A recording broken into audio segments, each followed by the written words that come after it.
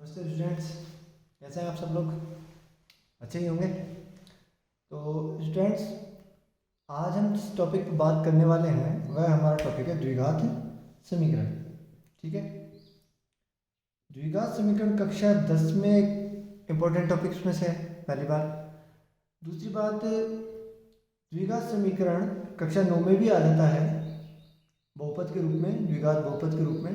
तो वहाँ से शुरू होता है और कक्षा 10 में आता है। और जब हम आगे की कक्षाओं में गणित लेते हैं तो आगे की कक्षाओं में भी द्विघात समीकरण, द्विघात बहुपद बहुत ही महत्वपूर्ण रूप से आगे बढ़ता हुआ चलता है। सरल समीकरणों में सबसे पहली जो सरल समीकरण आती है वो x प्लस वाई का होल स्क्वायर, जिसको हम कहते हैं, ये द्विघात बहुपद का ही रूप है। तो आज हम द्विघात समीकरण को देख लेते हैं क्या है। देखिए, सबसे पहली बात तो हम ये समझते हैं कि चर और अचर, जब इन दोनों के बीच में कोई संक्रियाएं होती हैं तो व्यंजक बनता है। चर क्या है और अचर क्या है? हम आम जीवन में जब भी कुछ मानते हैं, ठीक है, जैसे मैं कहूँ कि मेरे भाई की आयु मुझसे 7 वर्ष अधिक है, मेरे भाई की आयु मुझसे 7 वर्ष अधिक है, तो मेरी आयु अगर मैं x मानूंगा, मेरे आयु अगर मैं x मानूंगा तो मेरे भाई की आयु हो जाएगी x प्लस 7, क्योंकि मेरे भाई की आयु मेरे पर निर्भर कर रही है। मेरा मान बदलेगा, मेरी आयु का मान अगर बदलेगा तो मेरी भाई की आयु भी बदल जाएगी। ठीक है, मेरे भाई की आयु मेरे से 7 वर्ष अधिक है। और अचर क्या है? अचर जो हमारी संख्याएं वे अचर है। जब चर और अचर के बीच में कोई संक्रिया होती है तो बन जाता है व्यंजक। जैसे ये एक व्यंजक बन गया है। यह चीज हम कक्षा 8 में पढ़ लेते हैं कि व्यंजक क्या है। अब व्यंजक के बाद आता है बहुपद। बहुपद क्या है? बहुपद है जब किसी व्यंजक में चर की घातें पूर्ण संख्या हो, जब किसी व्यंजक में चर की घात पूर्ण संख्या हो, मतलब 0, 1, 2, 3 इस तरह से पूरी संख्या होनी चाहिए। या हम यूँ कहें अंडर रूट में x नहीं होना चाहिए, ये एक बहुपद नहीं है। x की घात माइनस में नहीं होनी चाहिए, ये भी एक बहुपद नहीं है। x बटे में नहीं होना चाहिए, ये भी एक बहुपद नहीं है। तो बहुपद में क्या होती है? घातें पूर्ण संख्या के रूप में होती हैं। फिर आता है बहुपद की घात। बहुपद, किसी भी बहुपद में जितने पद हों उसमें जो अधिकतम घात होगी वो बहुपद की घात कहलाती है। तो ये है बहुपद की घात, यहाँ पर 3 है। ठीक है, अब हम आते हैं द्विघात बहुपद पर। ऐसा बहुपद जिसकी घात कितनी हो? केवल 2 हो, ये द्विघात बहुपद है। यहाँ तक की बात आप अब तक समझ चुके होंगे। अब आते हैं द्विघात समीकरण पर। जब किसी द्विघाती बहुपद को शून्य के तुल्य सिद्ध कर दिया जाए, शून्य के तुल्य दर्शाया जाए, तो वह बन जाता है एक समीकरण। जैसे इसे मैं 0 के बराबर लिख दूँ तो यह द्विघात बहुपद क्या बन गया? ये द्विघात समीकरण बन गया है। यह द्विघात बहुपद द्विघात समीकरण में बदल गया है।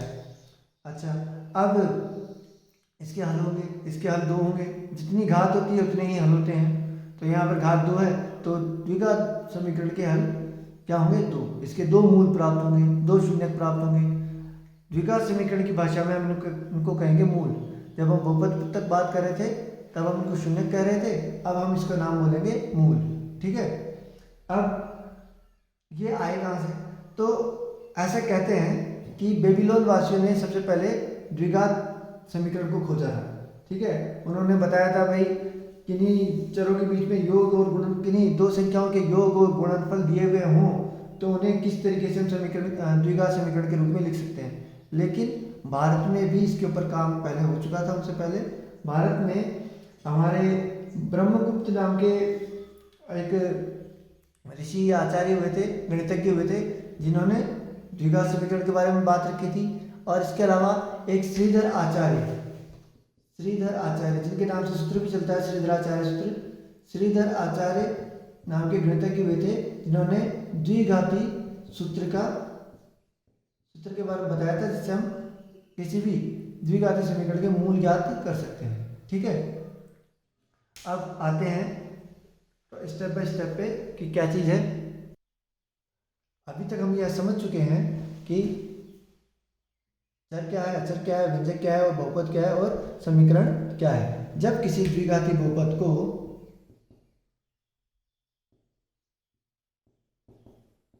शून्य के तुल्य रख दिया जाता है, शून्य के तुल्य कर दिया जाता है तो वह द्विघात समीकरण बन जाता है। ठीक है, इसका एक छोटा सा एक एग्जाम्पल के थ्रू समझ सकते हैं कि द्विघात समीकरण किस तरीके से प्रयोग में आते हैं। मान लीजिए कि आपके पास एक आयताकार कमरा है जिसका क्षेत्रफल है 300 मीटर स्क्वायर और एक प्रतिबंध दिया हुआ है कि आयताकार हॉल की कमरे की चौड़ाई जो है उसकी लंबाई उस चौड़ाई के दुगने से एक अधिक है। ठीक है, माना चौड़ाई x है तो लंबाई क्या होगी, उसके चौड़ाई के दुगने से, दुगना कर दिया x का, उससे एक अधिक है, एक जोड़ दिया और फिर हम इसका द्विघात समीकरण बनाते हैं। कैसे बनेगा, हम जानते हैं आयत का क्षेत्रफल बराबर लंबाई गुणा चौड़ाई और उसने आयत का क्षेत्रफल कितना दिया है 300 मीटर स्क्वायर। लेकिन हमारे पास क्या है, लंबाई तो है हमारे पास 2x प्लस 1 और चौड़ाई क्या है हमारे पास x। जब हम इसको सॉल्व करते हैं तो x को 2x से गुणा किया 2x स्क्वायर प्लस x को 1 से गुणा किया x बराबर 300 मीटर स्क्वायर। 300 मीटर स्क्वायर को का पक्षांतरण कर देते हैं तो आ गया अपना 300। ठीक है, बराबर आ गया 0। तो ये हमारा एक द्विघात समीकरण बन गया है। ठीक है, अब ये द्विघात समीकरण को हल करने की कितनी विधियां हैं, इसको हल करने की 3 विधियां हैं। पहली हमारी गुणनखंड विधि है, ठीक है, जिनके बारे में हम चर्चा करने वाले इस पाठ में। दूसरी हमारी विधि है पूर्ण वर्ग विधि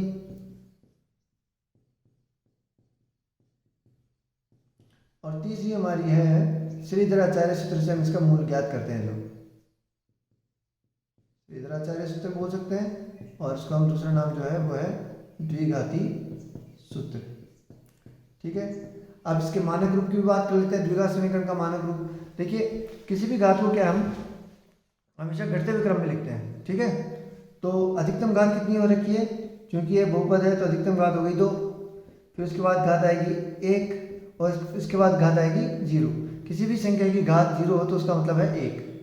अब इसके साथ कोई गुणांक भी हो सकता है, तो यहाँ गुणांक हो गया a, यहाँ गुणांक हो गया b और यहाँ पे अचर पद हो गया c बराबर 0।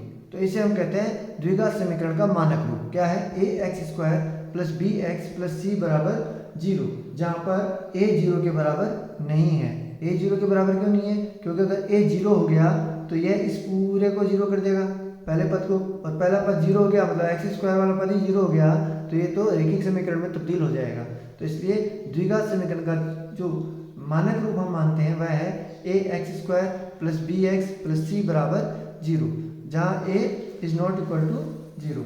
अब इसके कुछ हम सवाल देख लेते हैं कि किसे हम द्विघात समीकरण कहते हैं और किसे द्विघात समीकरण नहीं कहते हैं। मैं 2 एग्जाम्पल लिख देता हूँ। तो स्टूडेंट्स, हमारे पास ये 2 समीकरण हैं, आपको बताना है कि ये द्विघात समीकरण है या नहीं है। किस तरीके से निकाल सकते हैं, देखिए पहले आप इसको हल कीजिए। x को इस पूरे से गुणा किया तो x को x प्लस 1 से गुणा कर दिया, ठीक है।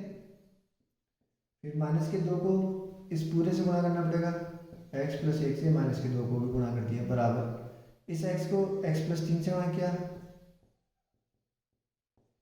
माइनस के 1 को x प्लस 3 से गुणा किया।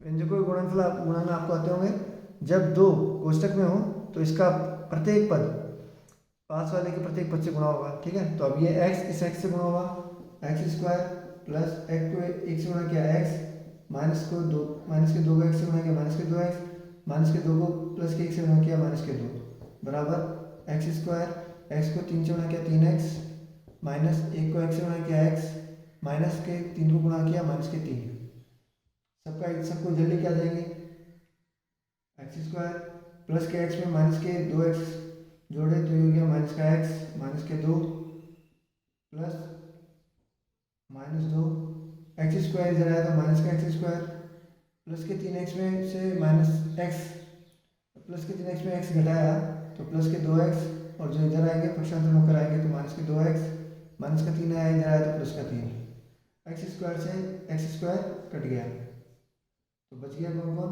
माइनस का x और माइनस का 2x, माइनस के 3x,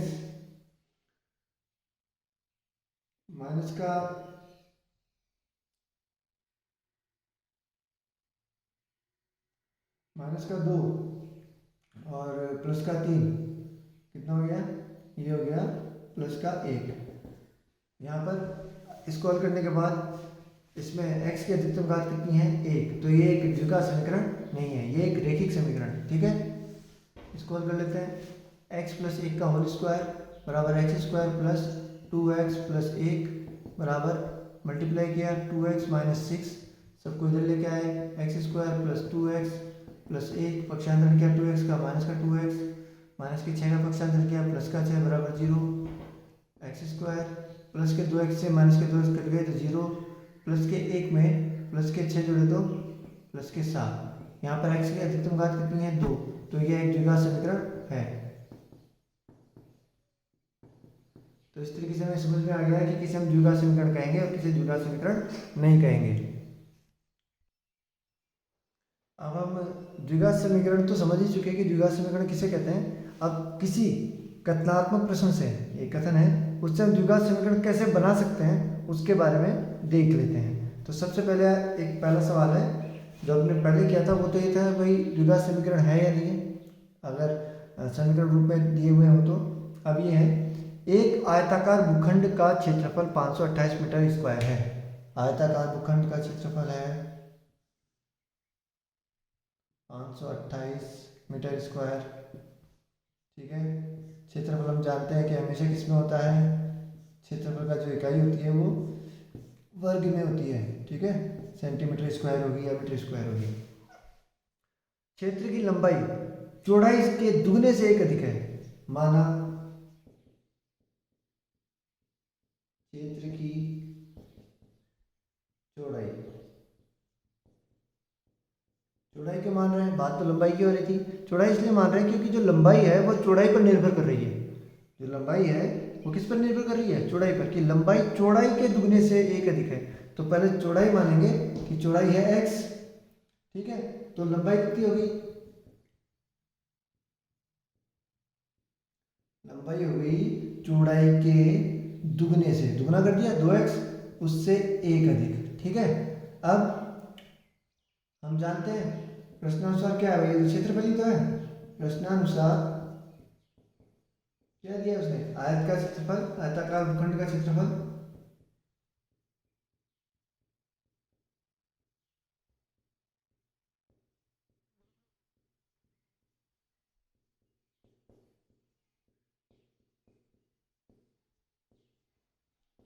उसने दिया 528, ठीक है, मीटर स्क्वायर। अच्छा, और हम क्या जानते हैं, क्षेत्रफल का सूत्र होता है लंबाई गुणा चौड़ाई, लंबाई गुणा, लंबाई है 2x प्लस 1, चौड़ाई है x, तो ये किसके बराबर हो गया, लंबाई भी मीटर में है, उसने कहा है लंबाई किस में है, मीटर में, चौड़ाई भी किस में है साहब, मीटर में, दोनों के दोनों मीटर में ही है। तो ये भी मीटर और ये भी मीटर, दोनों मीटर से मीटर गुणा हुए तो मीटर स्क्वायर, ठीक है, 528 मीटर स्क्वायर। x को 2x से गुणा किया 2x स्क्वायर प्लस x को 1 से गुणा किया x, मीटर स्क्वायर का भाग मीटर स्क्वायर में दिया तो एक बार, तो जनरली अपन इसको हटा देते हैं, ठीक है। अभी आपके समझ में आ गया होगा क्यों हटाए। और प्लस के 128 इधर आएंगे तो माइनस के 500, सॉरी प्लस के 528 इधर आएंगे तो माइनस के 528 बराबर 0। तो हमने इसको द्विघात समीकरण के रूप में बदल दिया है। अगला प्रश्न देख लेते हैं जिसको हमें द्विघात समीकरण में बदलना है। दो क्रमागत धनात्मक पूर्णांकों का गुणनफल 306 है, हमें पूर्णांकों को ज्ञात करना है। तो पहले तो देखिए इन सवालों के माध्यम से हम ये भी समझ लेते हैं कि बीजेस हम समीकरण कैसे बनाते हैं। दो क्रमागत धनात्मक पूर्णांक, क्रमागत का मतलब हुआ कि पहला अगर 10 है तो दूसरा 11, पहला अगर 11 है तो दूसरा 12, क्रमागत एक के बाद दूसरा है। तो दो क्रमागत धनात्मक, धनात्मक मतलब दोनों पॉजिटिव, ऐसे नहीं कि भाई आप माइनस की संख्या ले ली कि भाई पहला माइनस का 2 है तो दूसरा माइनस का 3, ऐसा नहीं है। दोनों प्लस के हैं और दोनों क्रमागत हैं, उन दोनों का गुणा 306 है। मतलब ऐसी कोई दो संख्या है जो लगातार उनका गुणा करते हैं तो कितना आता है, 306। हमें पूर्णांकों को ज्ञात करना है, किसके तरीके से, द्विघात समीकरण के माध्यम से, ठीक है। डायरेक्ट भी ज्ञात कर सकते हैं, कैसे ज्ञात कर सकते हैं, आप गुणा करके देख लीजिए। 10 को 11 से गुणा किया तो 110 आ रहे हैं, 20 को 21 से गुणा किया तो 420 आ रहे हैं। इसका मतलब इन दोनों के बीच में कहीं वो संख्या है। 15 को 16 से गुणा किया तो 15 की 90, वो 15, हाँ 15 की 90, 15 का 15, 15 और 9, 15 और 9 हो गए 24। 16 को 17 से गुणा किया, 16 17 की 102, और 17 का 17, 17 और 10 27, और 17 को 18 से गुणा किया तो 18 7 18 18 18 7 18 3 54 18 7 72 18 5 90 18 की 108, 18 7 126, 6 के 12, और 18 और 12 30, तो 306। तो वो दोनों संख्याएं 17 और 18 है, लेकिन हमें वो दोनों संख्याएं नहीं निकालनी, हमें इसका द्विघात समीकरण बनाना है। तो हमने माना पहली संख्या है x और दूसरी संख्या है, माना जो छोटी वाली संख्या है, माना पहली संख्या x, तो दूसरी संख्या कितनी होगी, x प्लस 1। और क्या कह रहा है, दोनों का गुणनफल, x को x प्लस 1 से गुणा किया तो कितना आ रहा है, 306। गुणा करिए, x को x से गुणा किया तो x स्क्वायर, x को 1 से गुणा किया तो x बराबर 306। 306 का पक्षांतरण करेंगे तो ये द्विघात समीकरण बन गया है। दो क्रमांक धनात्मक पूर्णांकों का गुणनफल, इनका गुणनफल 306 निकालने के लिए। तो स्टूडेंट्स अगला सवाल है, रोहन की माँ उससे 26 वर्ष बड़ी है, उसकी आयु वर्षों में। देखिए गणित में क्या छोटी छोटी बातों का बड़ा ध्यान रखते हैं प्रश्न लिखने वाले कि भाई कोष्टक में वर्षों में लिखा है, इसके पीछे क्या कारण है, कभी और भी बात करेंगे हम। का गुणनफल अब से 3 वर्ष पश्चात 360 हो जाएगी। तो लिख लेते हैं एक बार सवाल को हल। भाई रोहन की माँ की आयु किसके ऊपर निर्भर कर रही है, रोहन पर, तो हमें मानना पड़ेगा किसको, रोहन की वर्तमान आयु को। माना रोहन की वर्तमान आयु बराबर x, ठीक है जी, x वर्ष हो गई। और माँ की आयु कितनी होगी, तो रोहन की माँ की वर्तमान आयु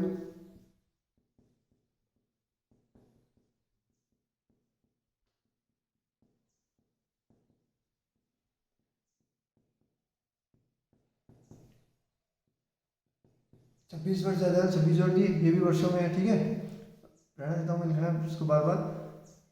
उनकी आयु का गुणनफल, मतलब इन दोनों का गुणनफल अब से 3 वर्ष पश्चात, इसमें फिर 3 जोड़ दें तो 360 हो जाएगी।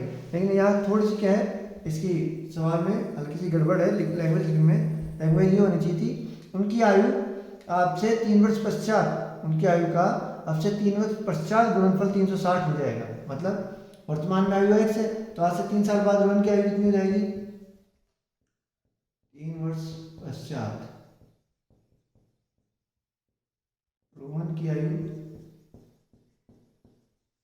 बराबर x प्लस 3, और रोहन की माँ की आयु कितनी हो जाएगी,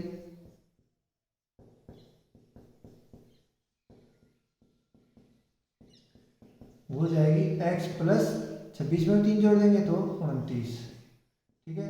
इन दोनों का गुणनफल प्रश्नानुसार x plus 3 multiplied with x plus 29 is equal to 360। Multiply कीजिए, x इन दोनों से गुणा होगा, मैं डायरेक्ट कर रहा हूँ, x को इन दोनों से गुणा किया तो x स्क्वायर प्लस x को 29 से गुणा किया 29x प्लस 3 को x से गुणा किया 3x प्लस 3 को 29 से गुणा किया तो आ गया हमारा मोटा मोटा 87 बराबर 360। जिनका पक्षांतरण कर सकते हैं उनका पक्षांतरण किया, 29 और 3 हो गए 32x, 360 इधर आ गए, ये हो गए माइनस के, आगे एक्स स्क्वायर प्लस 32x 360 में से 87 प्लस के हैं और ये माइनस के, तो निशान माइनस का आएगा और घटाने पर आ जाएंगे 273। बराबर 0। तो ये हमारा द्विघात समीकरण बन गया है। ठीक है, इसके बाद प्रश्न संख्या 4 क्या है वो भी देख लेते हैं। तो अगला सवाल है, एक रेलगाड़ी 480 किलोमीटर प्रति घंटे की रफ्तार से, ठीक है, एक रेलगाड़ी 480 किलोमीटर की दूरी समान चाल से तय करती है। यदि इसकी चाल 8 किलोमीटर प्रति घंटा कम होती तो वह उसी दूरी को तय करने में 3 घंटे अधिक लेती। हमें रेलगाड़ी की चाल ज्ञात करनी है। ठीक है, तुम कैसे ज्ञात करेंगे हम? सबसे पहले तो हल, माना रेलगाड़ी की चाल बराबर है x किलोमीटर प्रति घंटे। ठीक है, मतलब 1 घंटे में वो x किलोमीटर चलते हैं। हमें दूरी कितनी तय करनी है? 480। तो 480 किलोमीटर की दूरी तय करने में कितना समय लगेगा? हम जानते हैं समय बराबर दूरी बटा 4। तो हम लिखेंगे 480 किलोमीटर की दूरी तय करने में लगा समय बराबर दूरी कितनी है अपनी? 480 और दूरी बटा 4, और चाल कितनी है? x किलोमीटर प्रति घंटा। तो x ये हो गया घंटा। ठीक है, तो 480 किलोमीटर की दूरी तय करने में लगा समय हो गया 480 किलोमीटर दूरी, और चाल कितनी मानी है अपने? x। 480 बटा x। ये बात अच्छे से समझने की है कि 480 किलोमीटर की दूरी तय करने में लगा हुआ समय हो गया 480 बटा x। अब उसकी चाल मैंने कम कर दी। कितनी कम कर दी? 8 किलोमीटर प्रति घंटा। ठीक है, 8 किलोमीटर प्रति घंटा चाल कम करने पर 480 किलोमीटर दूरी तय करने में लगा समय बराबर, दूरी तो उतनी रहेगी, 480 रहेगी दूरी। तो किसमें कमी कर दी मैंने? चाल में। चाल पहले x थी, अब मैंने उसमें 8 किलोमीटर प्रति घंटे की कमी कर दी, तो मैंने 8 कम कर दी। ठीक है, तो समय, अब अंतर क्या पड़ा? समय ज़्यादा लग रहा है। कितना समय ज़्यादा लग रहा है? 3 घंटे। मतलब जब 480 किलोमीटर दूरी तय करने में पहले इतने घंटे लग रहे थे 480 बटा x, अब ज़्यादा घंटे लगेंगे क्योंकि चाल स्पीड उसकी कम हो गई ना गाड़ी की। अच्छे से समझो भाई, एक गाड़ी है, वो गाड़ी अपने 480 किलोमीटर की दूरी तय करती है, पहुंच गई, मान लो 5 घंटे में पहुंच गई, 480 किलोमीटर 5 घंटे में पहुंच गई। अब अपन ने उसकी क्या करी? चाल कम कर दी, मतलब उसकी जो चलने की स्पीड थी वो कम कर दी, तो समय ज़्यादा लगेगा। चाल कम करेंगे तो समय ज़्यादा लगेगा। तो वैसे इस रेलगाड़ी के साथ हुआ कि 480 किलोमीटर की दूरी तय करनी थी, तब तो वो x किलोमीटर प्रति घंटे की रफ्तार से तय कर रही थी। लेकिन जैसे ही मैंने उसकी स्पीड कम की, मैंने स्पीड कम कर दी x में से 8 किलोमीटर प्रति घंटा, तो लगने वाला समय क्या हो गया? ज़्यादा, 480 बटा x माइनस 8 प्रश्नानुसार। अब वो ये कह रहा है कि भैया कितना समय ज़्यादा लग रहा है? 3 घंटे। वो कह रहा है कि आपका समय कितना ज़्यादा लग रहा है? पहले वाले समय में से अब वाले समय, मतलब 480 बटा x माइनस 8, पहले वाले समय से कितने घंटे ज़्यादा है? 3 घंटे ज़्यादा है। ठीक है, आप इसको सॉल्व कर लीजिए। सबसे पहला काम लसाफे लेना पड़ेगा। ठीक है, लसाफे कितना आएगा? x minus 8। जब भी कभी भिन्नों के जोड़ हो तो नीचे वाली संख्याओं का लसाफे लेते हैं, हर का। हर, जब हमको पता नहीं हो कि हर में क्या संख्या है तो दोनों संख्याओं को लिख लो, x को भी लिख लिया और x माइनस 8 को भी लिख लिया। अब x माइनस 8 का भाग इस पूरे में दिया, तो x माइनस 8 से x माइनस 8 कट गया, बच गया कौन? x। तो ये तो हो गई 480 x माइनस, इस हर का भाग लसाफे में दिया, x से x कट गया, बच गया x माइनस 8। तो ये हो गया 480 x माइनस 8 बराबर 3। ब्रज गुणा कर देंगे, ये संख्या इससे गुणा होगी अगली लाइन में। 480 एक्स माइनस 480 एक्स प्लस 480 को गुणा कर दिया 8 से, कितने आएंगे 0, 8 8 64 का 4 80 का 6, 8 चौक 32, 32 और 6 38, ठीक है जी। 3 एक्स माइनस 8 अगली लाइन में गई 480 एक्स से 480 एक्स कट गई, ये तो लेफ्ट हो गया साहब, ये तो खत्म हो गया मामला ही। इस पूरे को मैं इधर लिख लेता हूँ और 3840 को इधर लिख लेता हूँ। 3x को x से गुणा किया तो 3x स्क्वायर माइनस 3x को 8 से गुणा किया तो 24x बराबर 3840, 3840, 3840 को भी इधर ले आए। 3x square minus 24x minus 3840 बराबर 0। इस पूरे में 3 कॉमन है, इसमें 3 का भाग जाता है, 24 में 3 का भाग जाता है, इसमें 3 का भाग जाता है, 3 का भाग दे दिया, ठीक है। पूरे समीकरण में दोनों और 3 का भाग देने पर, तो यहाँ 3 का भाग दिया तो एक्स स्क्वायर माइनस इसमें 3 का भाग दिया तो 8x, 3 8 24 है ना, माइनस इसमें भाग दिया तो 3 कम 3, 3 दूनी 6, 3 8 24 और 0 का 0, 1280 और 0 में 3 का भाग दिया तो 0। तो हमारा जो द्विघात समीकरण क्या है वो आया यह x square minus 8x minus 1280। तो अभी तक के जो हमने किए हैं, अभी हमने द्विघात समीकरण क्या होता है वह समझा है। द्विघात समीकरण कभी कोई कथनात्मक प्रश्न हो, इबारती प्रश्न हो, उससे हम द्विघात समीकरण कैसे बना सकते हैं वो समझा है।